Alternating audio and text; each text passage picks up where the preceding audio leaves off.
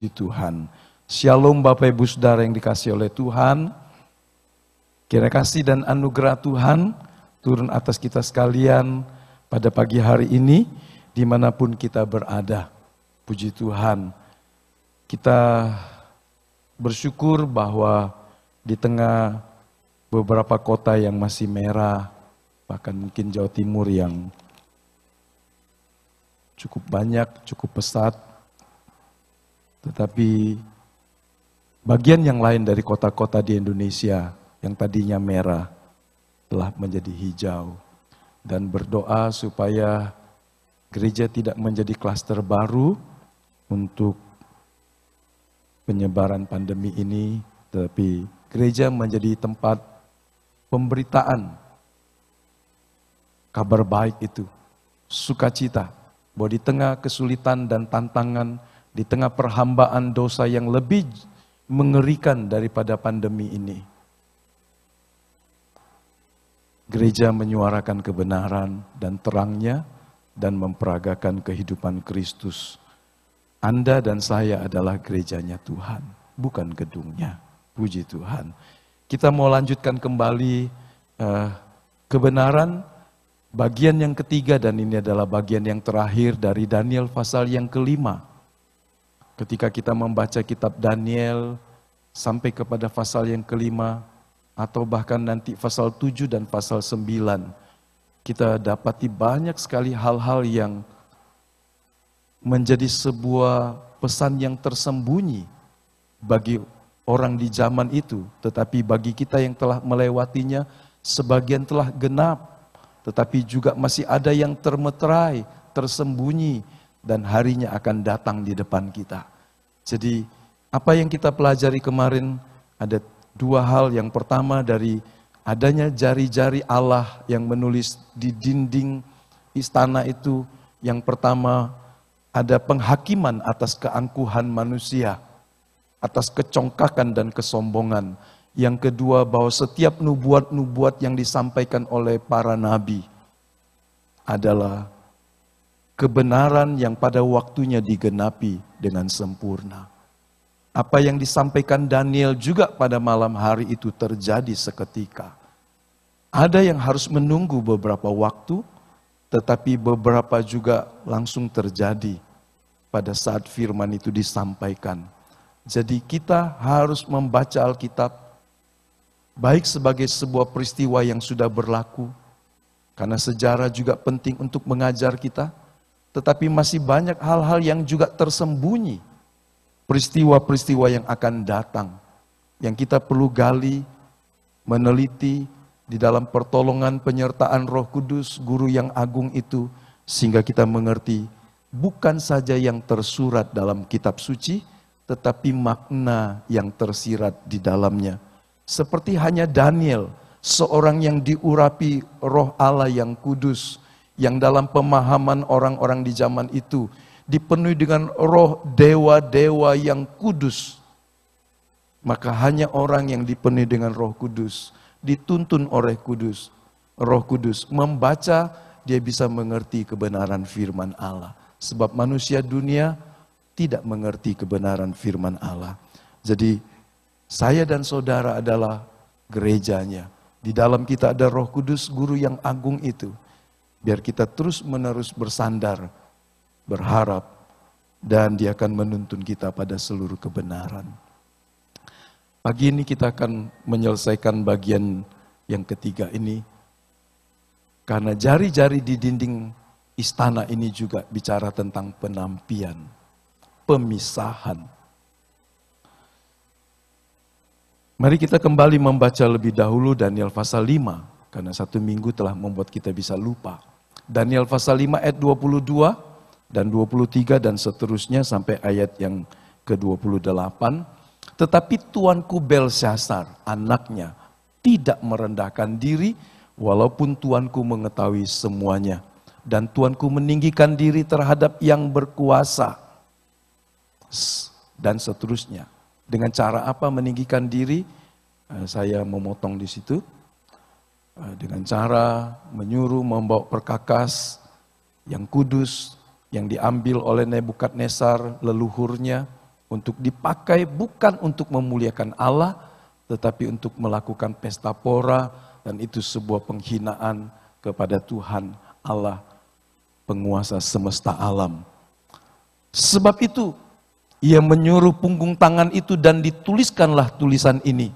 Maka inilah tulisan yang tertulis itu, Mene Mene Tekel Upharsin. Dan inilah makna perkataan itu, Mene, masa pemerintahan Tuanku dihitung oleh Allah dan telah diakhiri. Tekel Tuanku ditimbang dengan neraca dan didapati terlalu ringan. Bahasa Indonesia masa kini berkata tidak memuaskan. Peres kerajaan Tuanku dipecah dan diberikan kepada orang Media dan Persia. Bagian yang terakhir ini yang dipecah atau dibagi ini terjadi malam itu juga. Dan kemudian mulailah satu babak baru. Yang menguasai Babilonia adalah kerajaan Media Persia yang sudah sekian lama mengepung Babilonia. Tetapi bukan saja Babilonia, kerajaan Media Persia menjadi lebih besar dari kerajaan Babilonia. Sehingga apa yang disampaikan oleh Yeremia, Yesaya digenapi bahwa Media Persia akan menguasai Babilonia. Seperti sebelumnya bangsa-bangsa yang lain juga telah dikuasainya. Nah, kita melihat Mene Mene Tekel Upharsin ini juga dalam beberapa versi diartikan langsung saja, dihitung, ditimbang, dibagi. Ini bahasa Indonesia sehari-hari, tetapi Good News Bible, Contemporary English Version, dan beberapa juga langsung menuliskannya sebagai dihitung. Kenapa dihitung dua kali? Ditimbang dan dibagi. Mari kita melihat beberapa kebenaran ini, meskipun tidak semua kita bisa mengulasnya. Yang pertama kita dapati bahwa di sorga ada neraca Tuhan yang menimbang motivasi dan perbuatan manusia. Jangan lupa itu. Kemudian bahwa tidak ada seorang pun yang dikecualikan. Rakyat jelata maupun raja ditimbang di neraca Tuhan. Apa yang diukur, diuji? Motivasinya. Bukan saja perbuatannya. Kebenaran berikutnya bahwa tidak ada dosa dan kejahatan yang lolos. Gusti boten sari, kata orang Jawa. Allah melihat dan Allah tidak tertidur. Itu juga dikatakan Pemazmur pasal 121. Penjaga Israel tidak pernah terlelap. Matanya menjelajah, memperhatikan seluruh dunia, termasuk kita sekalian. Bahwa hukum tabur tuai adalah nyata. Hukum tabur tuai berbeda dan bukan hukum karma. Karena hukum karma ada daur ulang, reinkarnasi. Tabur tuai meskipun mirip dengan hukum karma, tetapi dia berbeda. Hidup kita cuma satu kali. Apa yang kita tabur sekarang, kita akan menuainya. Pasti. Di sini, di bumi, dalam kehidupan jasmani, maupun nanti, terutama di dalam kerajaan sorga. Hanya satu kali. Alkitab berkata manusia hidup satu kali. Dan kemudian mati. Dan kemudian diadili. Tidak ada reinkarnasi. Tidak ada daur ulang. Kalau kita hidup hari ini, maka berarti Tuhan mau kita menghasilkan buah. Sekarang saya harus melihat kiri kanan ya. Karena ini sebuah transisi. Kemarin dihitung ternyata cukup banyak dengan space distancing yang longgar, 120 cm jarak kiri ke kanan, ini bisa sekitar 110. Ya, 110 kapasitas. Tapi sekarang nanti kalau memang bisa disorot begitu ya, ini seperti jagung muda yang di sana duduk gigi ya, yang tengah masih kosong. Ya, ya.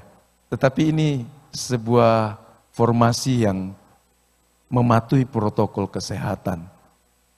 Kita berdoa supaya minggu kedua kita bisa berbakti on-site di gedung gereja, meskipun kita juga masih menyiarkannya melalui Zoom meeting. Kenapa?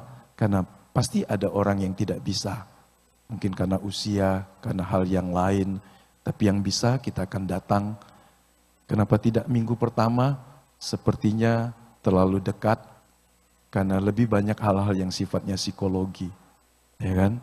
Ingat, kadang-kadang ketakutan yang tidak beralasan jauh lebih berat daripada fakta yang nyata.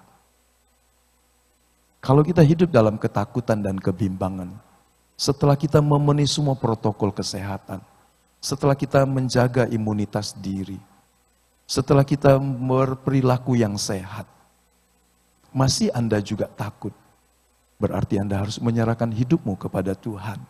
Karena Dialah pemilik jiwa dan hidupmu. Itulah yang juga Tuhan ingatkan melalui pesan Tuhan pagi hari ini kepada Belsyazar. Nanti kita sampai di situ. Jadi hukum tabur tuai adalah sesuatu yang nyata. Tidak pernah meleset. Kalau tabur hari ini dan tidak menuai besok, jangan khawatir. Pasti akan menuai. Kalau di bumi tidak menuai, di sorga pasti menuai. Kita tidak saja dirancang Tuhan untuk hidup dalam dimensi kekinian. Tetapi kita juga diproyeksikan untuk memandang kepada kekekalan. Karena jika hidup kita hanya untuk hari ini saja, di dalam tubuh jasmani, kita nggak perlu Yesus. Tapi di dalam kekekalan, orang tanpa Kristus Yesus mengerikan. Karena dia akan terpisah dari Allah selamanya. Inilah panggilan dan anugerah Allah. Sekaligus juga mandat Tuhan dalam hidup kita. Karena ada orang yang hanya hidup untuk hari ini di bumi.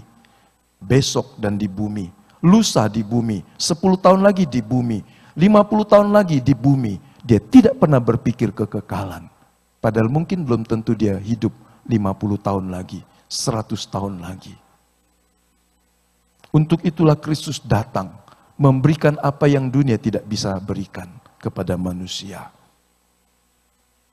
Jadi hukum tabur tuai tidak pernah meleset. Kalau soal waktu, itu bagiannya Tuhan. Tapi lakukanlah bagian kita dengan tulus, setulus dan semurni mungkin. Supaya kita menjadi seorang yang bukan saja melakukan, tetapi motivasi kita juga berkenan kepada Tuhan. Berikutnya adalah neraca Tuhan bisa sangat berbeda dengan neraca manusia. Kalau manusia mungkin menimbang sesamanya berdasarkan semua atribut yang melekat di dalam dia.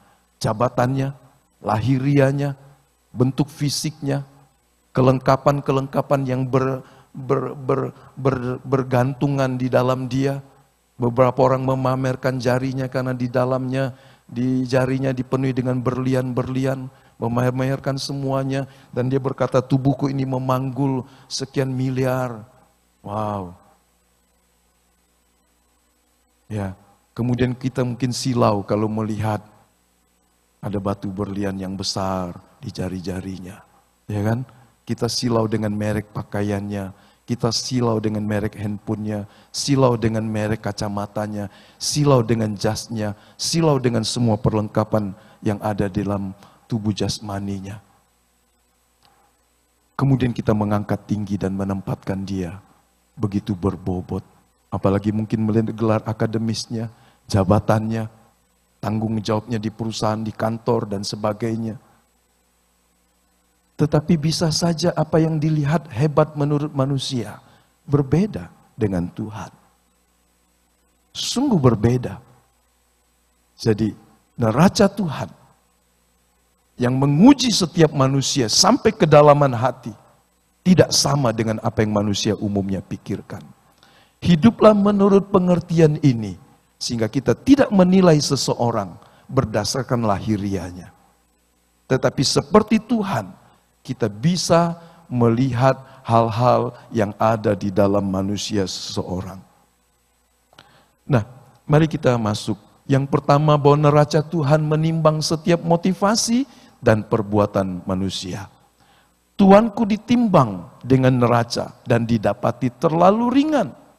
dari kata kasir ini, kemudian heran, hanya bahasa Indonesia masa kini yang menerjemahkan tidak memuaskan. Ringan ya ringan, tidak berbobot. Tetapi bahasa Indonesia masa kini atau bahasa Indonesia sehari-hari menerjemahkan ringan di hadapan Allah ini, tidak berarti di hadapan Allah ini, dengan sebuah kata yang sungguh begitu jelas, begitu tegas, tidak memuaskan Tuhan.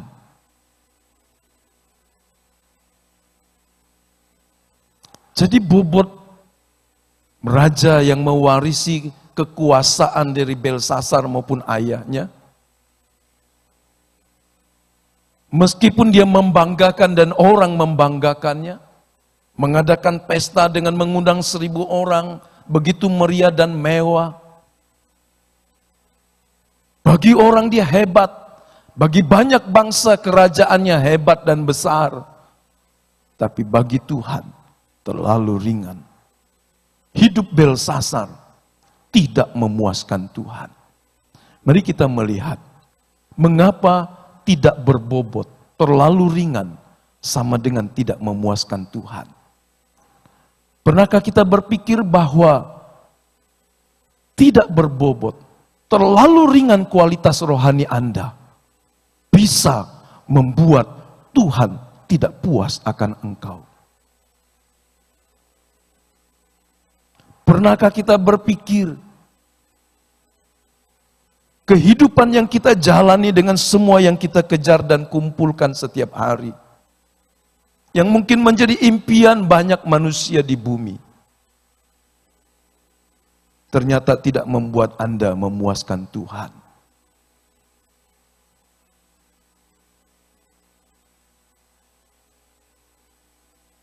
Memuliakan Tuhan sang pemberi kepercayaan, pemberi kekuasaan, pemberi kemuliaan, pemberi keluhuran dan kebesaran.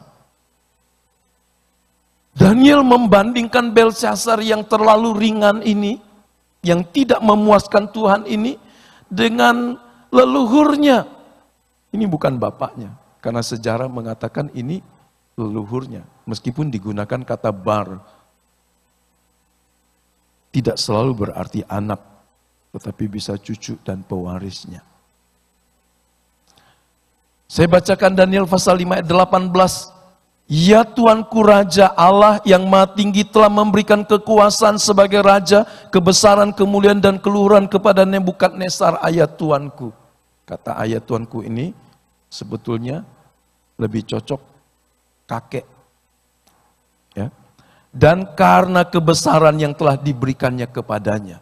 Jadi Daniel berkata, kalau Nebukadnezar menjadi raja yang besar dan agung, ditakuti oleh bangsa-bangsa di bumi. Kalau kita baca seterusnya, dia bisa membunuh siapa yang dikehendakinya. Dia bisa mempromosikan orang dan seterusnya. Keagungan kekuasaannya diakui oleh raja-raja dan kerajaan yang lain.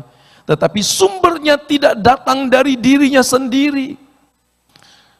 Daniel berkata, Allah lah, Allah yang Maha Tinggi yang telah memberikan kekuasaan sebagai raja.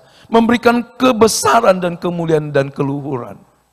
Itu sebabnya waktu Nebukadnezar menjadi sombong, Allah mencabutnya.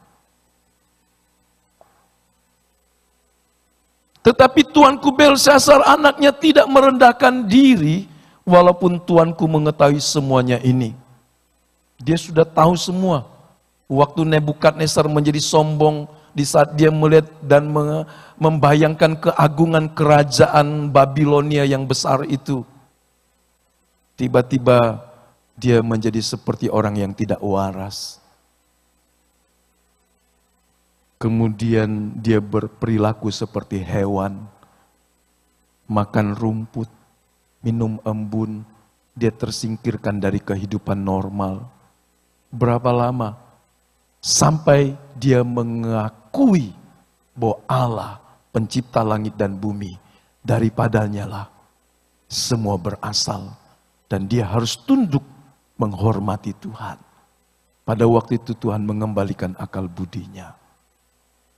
Belsasar tahu peristiwa ini. tahu sejarah ini, tahu kebenaran ini, tahu pengalaman leluhurnya. Tetapi Daniel berkata, Tuanku tidak merendahkan diri di hadapan yang maha tinggi, walaupun Tuanku tahu bagaimana Allah menaklukkan hati Nebukadnezar dan merendahkannya, dan kemudian mengangkatnya kembali ketika dia sadar dan mengakui Tuhan. Belsasar hidupnya tidak berbobot, tidak memuaskan Tuhan, karena dia tidak merendahkan diri di hadapan Allah yang maha tinggi. Paradoks, tidak merendahkan diri di hadapan Tuhan yang maha tinggi. Berapa tinggi dia bisa mengangkat dirinya di hadapan Allah yang maha tinggi. Bayangkan, berapa kemampuannya untuk mengangkat dirinya di hadapan yang maha tinggi. Jika dia meninggikan diri di hadapan rakyat jelata, dia pasti lebih tinggi. Jika dia meninggikan diri di hadapan raja dan kerajaan yang lain, pasti dia lebih tinggi. Tapi dia berhadapan dengan raja, raja segala raja, penguasa langit dan bumi yang maha tinggi.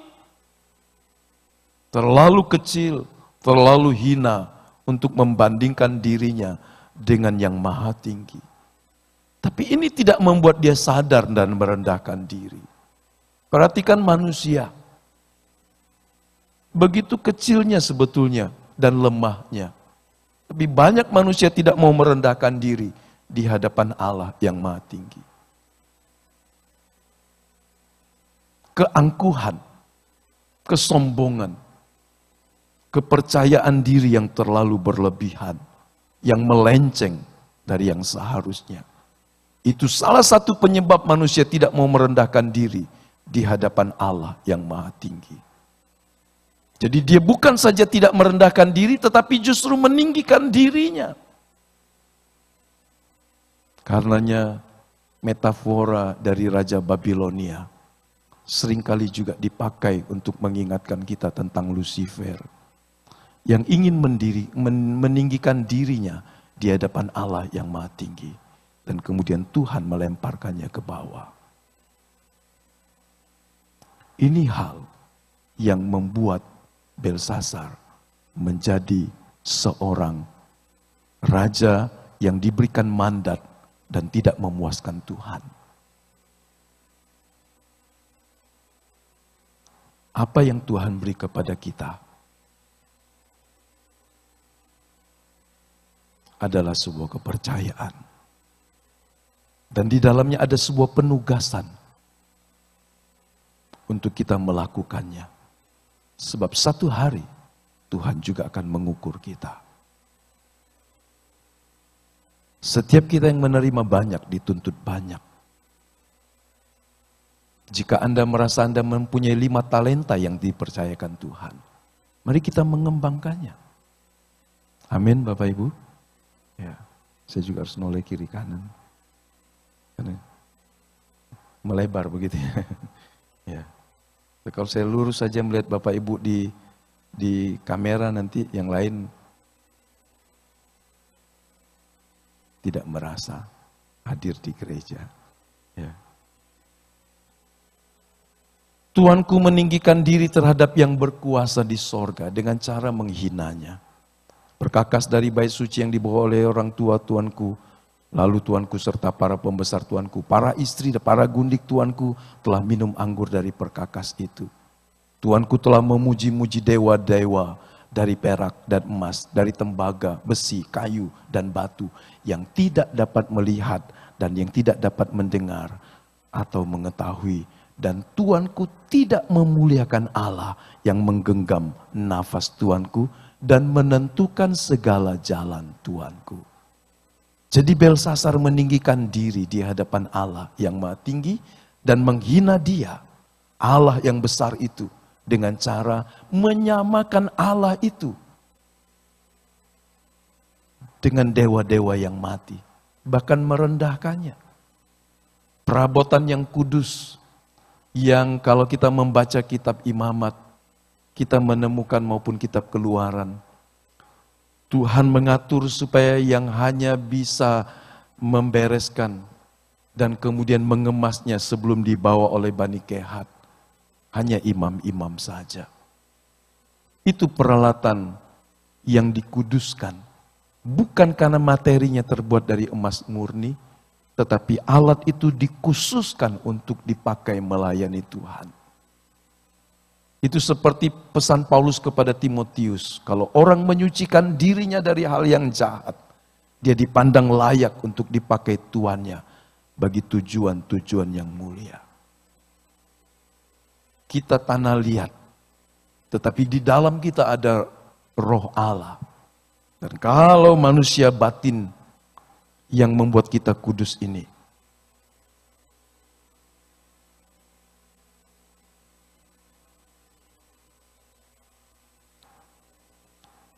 menguduskan tubuh jasmani kita, maka Allah berkenan memakai hidup manusia. Meskipun mungkin beberapa orang menganggap itu cuma bejana tanah liat.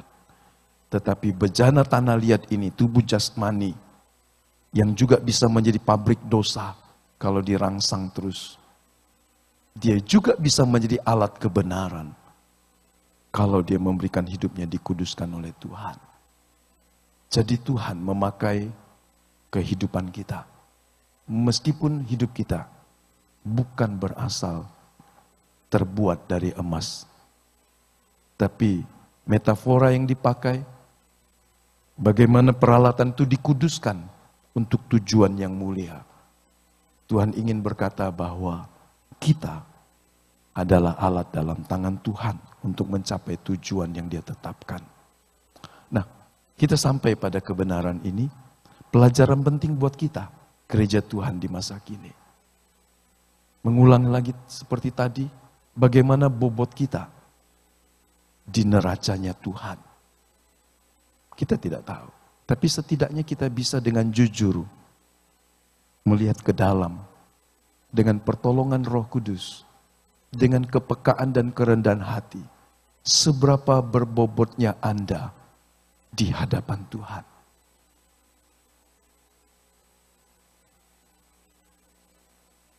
Jika Anda sekedar Kristen, tetapi tidak peduli dan tidak pernah mau, bahkan mengelak dari proses pembentukan Tuhan, maka Anda tidak akan pernah bertumbuh mencapai apa yang ditetapkan Tuhan, kehidupan yang berbobot dan berkenan kepada Tuhan. Bagaimana jika seorang tidak mengasihi dan melakukan kehendak Tuhan di sepanjang hidupnya? Dia hanya melakukan apa yang dia inginkan. Dia hanya hidup menurut dorongan hatinya. Dia hanya mencari dan memuaskan apa yang anak manusia pada umumnya menjadikan itu berharga, yang patut ditebus dengan waktu, yang patut ditebus dengan seluruh hidupnya. Padahal itu mungkin sesuatu seperti pepesan kosong pada akhirnya. Yang sesuatu pada waktunya cuma menjadi seperti sampah di kerajaan sorga di dalam kekekalan. Saya mengajak kita untuk melihat diri kita pagi hari ini. Supaya kita sadar, jangan sampai kita menjalani sebuah kehidupan yang pada akhirnya Tuhan berkata, tidak berbobot, terlalu ringan, tidak memuaskan. Karena tidak memuliakan Tuhan dan menyerahkan hidupnya untuk tujuan yang Dia tetapkan bagi kita. Maka kita juga bisa melihat lalang versus gandum. Ya. Matius pasal 13 ayat 26. Ketika gandum itu tumbuh dan mulai berbulir, nampak jugalah lalang itu. Biarkanlah keduanya tumbuh bersama sampai waktu menuai. Pada waktu itu aku akan berkata kepada para penuai, kumpulkanlah dahulu lalang itu dan ikatlah berberkas-berkas untuk dibakar. Dan kemudian kumpulkanlah gandum ke dalam lumbungku.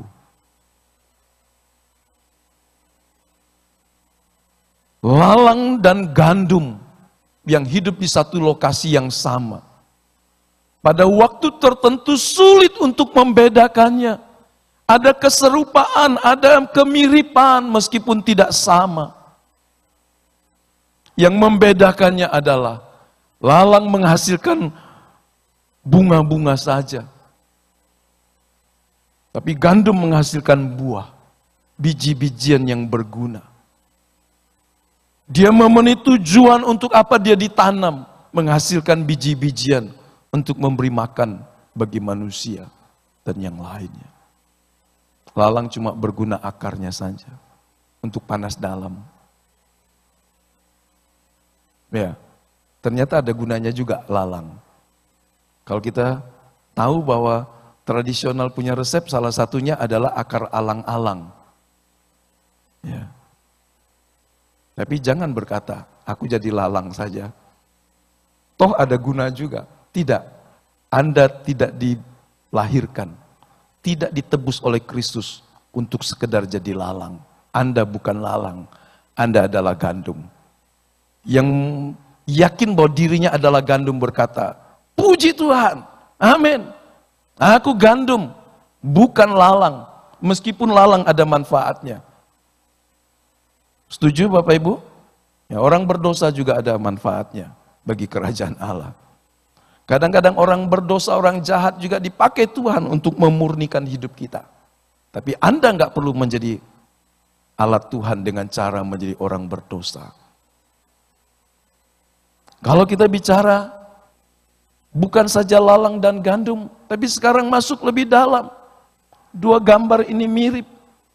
Yang satu sekam, yang satu gandum dengan bulir-bulirnya, yang sudah jadi, yang sudah terkelupas kulit luarnya, sehingga hasilnya adalah biji gandum yang utuh. Lukas 22 ayat 31, Simon, sebelum hari penyalipan. Tuhan mengingatkan Simon, lihat, iblis telah menuntut untuk menampi kamu seperti gandum. Sekali lagi mari kita lihat bahasa Indonesia masa kini, bahasa Indonesia sehari-hari. Ada kata yang menarik di situ. Simon, Simon dengarkan, iblis sudah diberi izin. Tadi menuntut dan Tuhan izinkan. Untuk menguji kalian seperti gandum dipisahkan dari kulit. Sehingga yang baik dipisahkan dari yang buruk. Mengapa Allah mengizinkannya? Karena Allah mencari gandumnya. Dan memang kulit harus disingkirkan. Itu pilihan. Pilihan hidupmu sehari-hari. Pilihan hidupmu untuk hidup melakukan apa yang Allah kehendaki. Itu yang membedakannya. Beberapa orang hidup sembrono, sembarangan, semaunya, memuaskan keinginannya sendiri. Dia memilih menjadi seperti sekam. Meskipun dia bukan lalang. Karena lalang dan gandum beda. Tapi sekam dan gandum itu bicara cuma hal yang luar dan yang di dalam. Apakah kekristenan kita, pelayanan kita, kasih kita, pengabdian kita kepada Tuhan hanya hal-hal yang lahiriah yang bisa dilihat orang atau sampai kedalaman hati kita. Orang melihat apa yang kita lakukan hebat, berharga, tapi motivasinya. Kita harus mengujinya. Untuk apa kita berkorban? Untuk apa kita melayani? Untuk apa kita bersaksi memberitakan kabar baik? Supaya pada waktunya Tuhan berkata, hamba yang baik, terimalah kemuliaan Tuhanmu. Motivasi memisahkan setiap perbuatan baik, setiap pelayanan baik, setiap kehidupan Kristen di hadapan Tuhan. Sekam pasti terlempar ketika ditampi dan ditiup angin. Jika motivasi hidup kekristenan seseorang hanya untuk hal-hal yang di dunia ini saja, ketika Allah menggoncangkan hidupnya, dia akan tersingkir. Ketika pencobaan datang, saudara lihat di masa pandemi, saya berdoa kadang-kadang dengan air mata. Kenapa ada orang tidak sadar?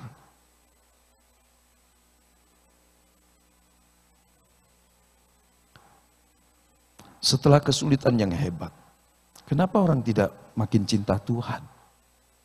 Bahkan mungkin ada orang yang makin jauh dari Tuhan. Goncangan apa lagi yang diperlukan oleh orang itu untuk membuat dia sadar betapa terbatasnya dia tanpa Tuhan.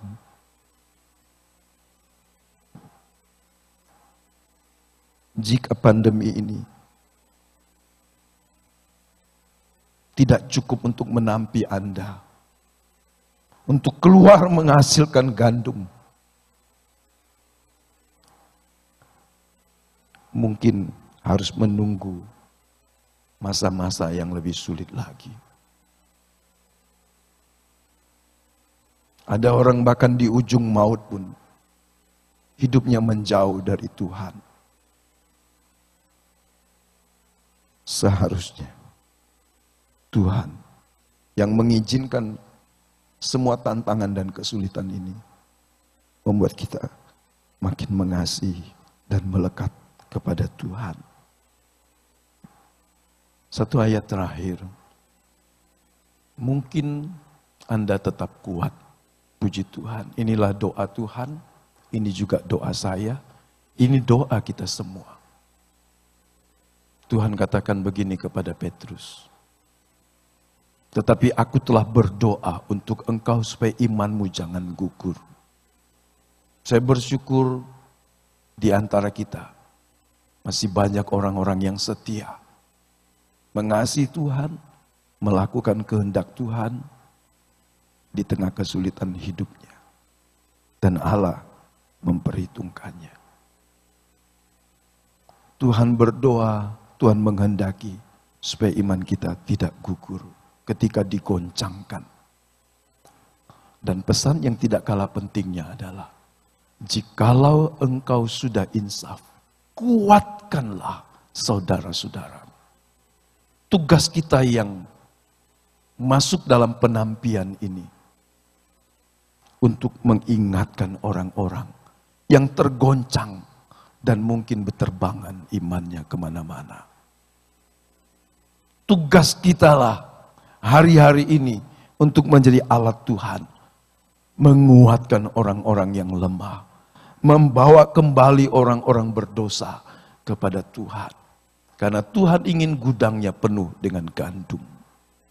Allah memberkati kita dan menyelamatkan kita, supaya kita menjadi orang yang mau menolong orang-orang yang lemah untuk datang kepada Tuhan. Sekali lagi bahasa Indonesia sehari-hari berkata, aku sudah berdoa untuk engkau Simon, supaya imanmu jangan luntur. Dan kalau engkau sudah kembali kepadaku, jadi luntur, gugur itu artinya jauh dari Tuhan, imannya lemah. Tapi kalau sudah kembali kepadaku, engkau harus menguatkan saudara-saudaramu. Jadi kalau ada yang bertanya, Pak saya sudah undur nih. Kepada orang yang undur nih, yang luntur imannya, bagaimana caranya? Tuhan berkata kembali kepada Tuhan. Karena dialah sumber kehidupan dan kekuatan. Menjauh dari Tuhan hanya akan membuat Anda lemah. Kembali kepada Tuhan. Dan kalau engkau sudah kembali, kuatkan mereka. Bawa orang-orang lemah itu. Mulai dari doa-doamu dulu. Cari kesempatan yang baik. Untuk secara khusus.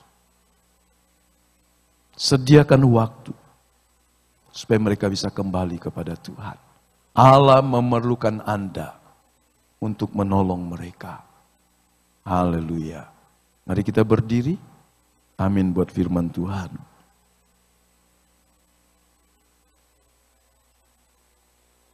Adakah pagi hari ini Anda merasa